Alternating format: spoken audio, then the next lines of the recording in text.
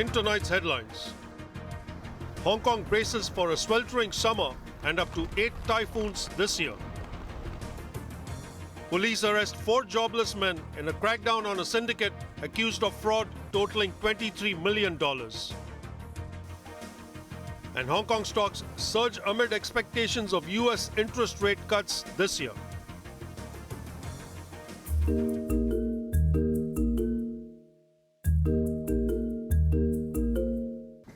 Prepare yourself for what could be Hong Kong's hottest summer. Chan Pak-wai, director of the Hong Kong Observatory, says due to global warming, local temperatures this year will be higher than in previous years. The World Meteorological Organization confirmed that last year was the hottest on record, and it was Hong Kong's second hottest year since 1884. The annual average temperature reached 24.5 degrees as Hong Kong sweated it out with 54 days extreme heat. The city's weather forecasters also expect 5 to 8 typhoons this summer, starting in June.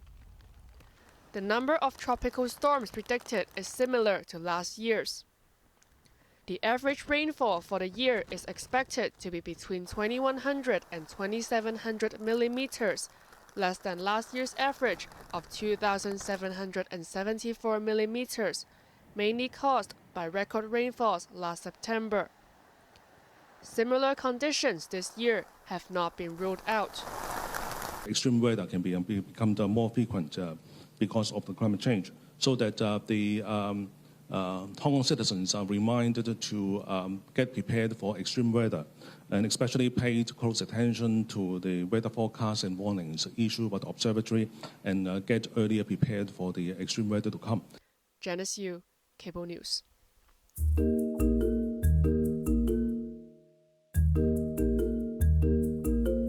The Chinese university has been studying the forms of treatment for chronic hepatitis B. Researchers found that some types may be bad for bones.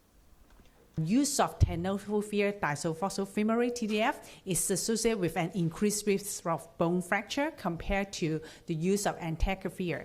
So we will advise patients to take good care of their bone conditions and look for any risk factors for bone fractures. In appropriate situation, patients may consider to use some newer generation of antiviral agents like tenofovir alafenamide, which will associate with a much lower risk of bone fracture.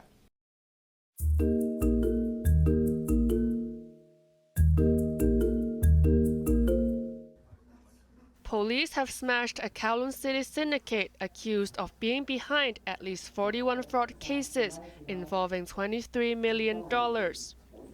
4 unemployed men aged between 28 and 46 were arrested on suspicion of conspiracy to defraud and possession of weapons after officers raided their alleged operations base. One of them is believed to be the mastermind. 2 others were his assistants, while the 4th was described as a courier. 3 are permanent residents, and 1 holds a 2-way permit. Police say more arrests may follow. During the raid, officers seized 57 bank debit cards, 40 mobile phones, a retractable baton, a large number of ledgers, and $330,000 in cash. It's believed that the ring started operating in last January and was mainly involved in fake investment opportunities and online relationship scams. The syndicate offered up to $1,500 to those who opened bank accounts that were used to launder money. Police warned residents to never lend or sell their bank accounts to another person because they might be used for unlawful purposes. Janice Yu, Cable News.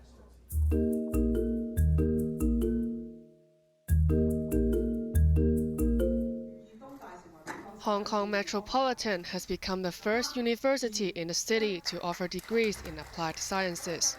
University President Paul Lam says the university will strive to provide top-notch courses to show that vocational skills also deserve to be treated as a profession. He noted that the university in Ho Man Tin has been planning several new courses, including sports management, hotel management, and aviation management. It hopes to be able to train professionals in various sectors and show that all careers deserve to be respected equally.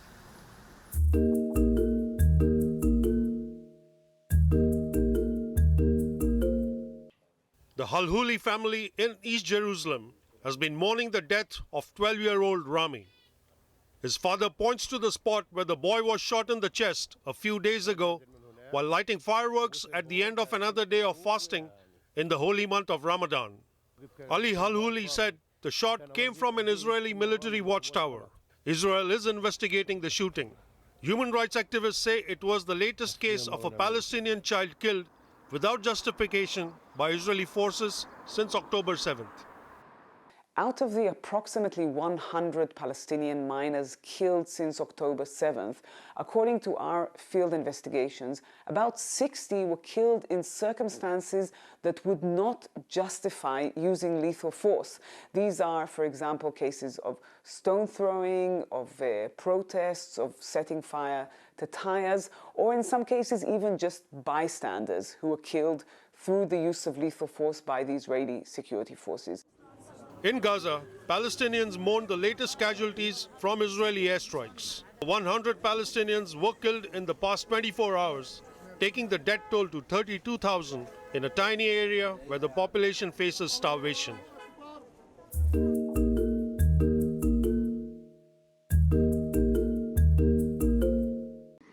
A red alert has been issued by the World Meteorological Organization after many places around the globe witnessed record temperatures last year. The Geneva-based agency voiced concerns after a 12-month survey up to February saw temperatures rise beyond the 1.5-degree limit, averaging 1.56 degrees Celsius. The effects of global warming have triggered adverse weather conditions in some countries where more than above average rainfall has submerged entire cities. Landslides caused by heavy downpours have wiped out entire villages, destroying crops, lives, and livelihoods. According to the United Nations, climate disasters will cost the global economy more than $6 trillion by 2050. To drive home the point, an 11-year-old girl presented a gloomy picture of what could happen. Heat waves will affect 94% of children, making playing outside a thing of the past. Extreme droughts will wipe out wheat crops, killing the one food my brother eats, bread. We'll keep you posted as we track if adults stop wasting time and fix this totally solvable problem. Because it's not just a weather report to us, it's our future.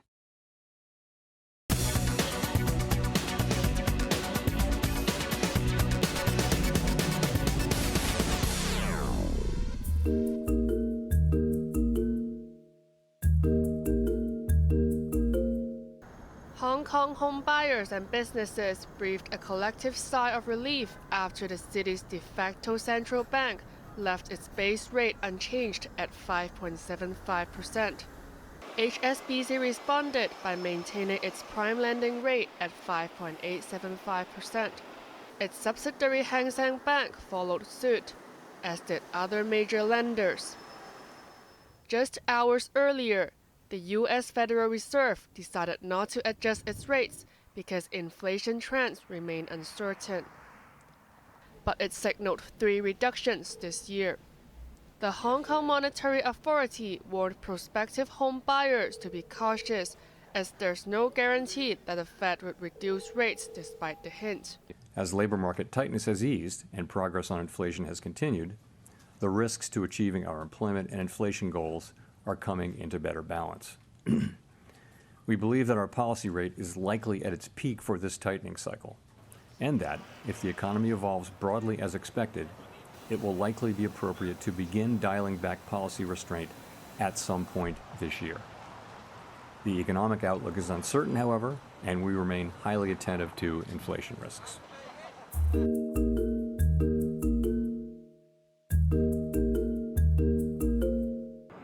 The U.S. Federal Reserve's hint that interest rates may be cut this year triggered a market frenzy around the world. Stocks on Wall Street surged overnight, with the Dow Jones, the Nasdaq, and the S&P 500 all hitting new highs. The party in New York spilled over to Exchange Square in Central, where the Hang Seng Index shot up 1.9% today. With interest rates unchanged, HSBC rose 2.1%, while Hang Seng Bank gained 3.2%. Real estate firms also cashed in, lifting Swire Properties by 4% and Henderson Land by 4.5%. Mainland collectible toy company Pop Mart was one of the biggest winners of the day, jumping 16% after a 127% surge in profit for last year.